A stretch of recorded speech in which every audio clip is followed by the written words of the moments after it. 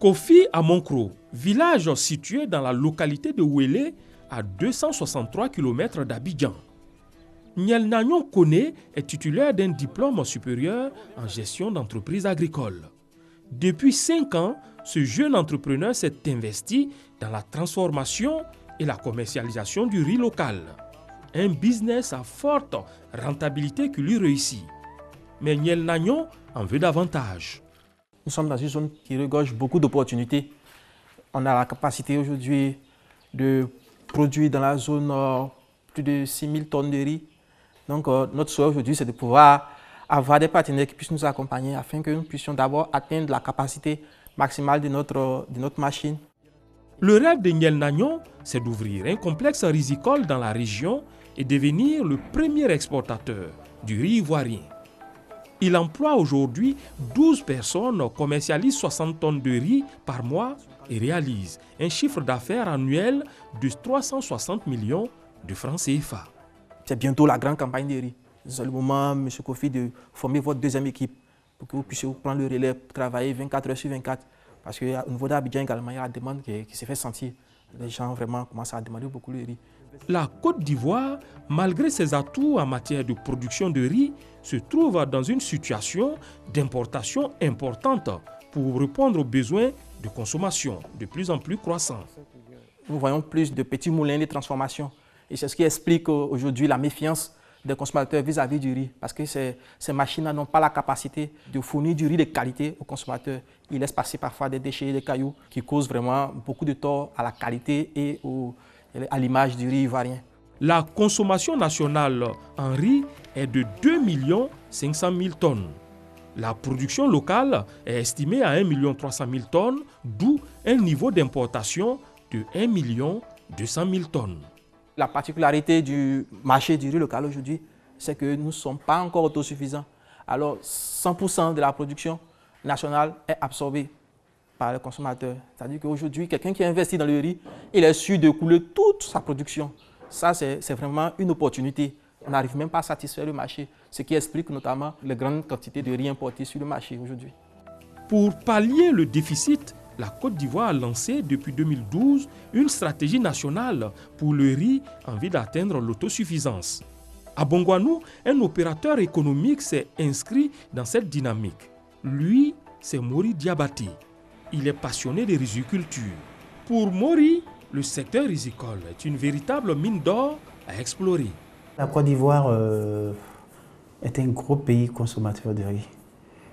Nous sommes autour de 2 500 000 de consommation de riz par an. Nous importons la moitié. Et donc, vous voyez déjà, il y a un gros potentiel. L'importation tourne autour de 300 milliards. C'est énorme. Et quand vous sortez 300 milliards pour aller acheter, alors que vous pouvez le produire ici, ça c'est une opportunité que nous devons saisir. Opportunité à saisir, Mori en sait quelque chose. Il a ouvert l'une des plus grandes unités industrielles modernes du pays. Coût de l'investissement, 10 milliards de francs CFA. Pour ce homme d'affaires, l'investissement en valeur le coup. Il réalise chaque année un chiffre d'affaires de 5 milliards de francs CFA. Le secteur du riz aujourd'hui, c'est 3 millions de personnes qu'on peut facilement, qui vont travailler dans le secteur. Vous voyez la valeur ajoutée, l'incidence sur la croissance en Côte d'Ivoire. La filière est porteuse et regorge d'énormes potentialités. Mais la faible industrialisation du secteur reste problématique. En 1977, après la fermeture de la plupart des rizeries de grande capacité, le tissu industriel de la filière a sombré dans la léthargie. Selon l'Office national de développement de la riziculture, plus de 2000 petites unités artisanales ont pris le relais afin de combler l'absence de tissu industriel capable de tirer la filière.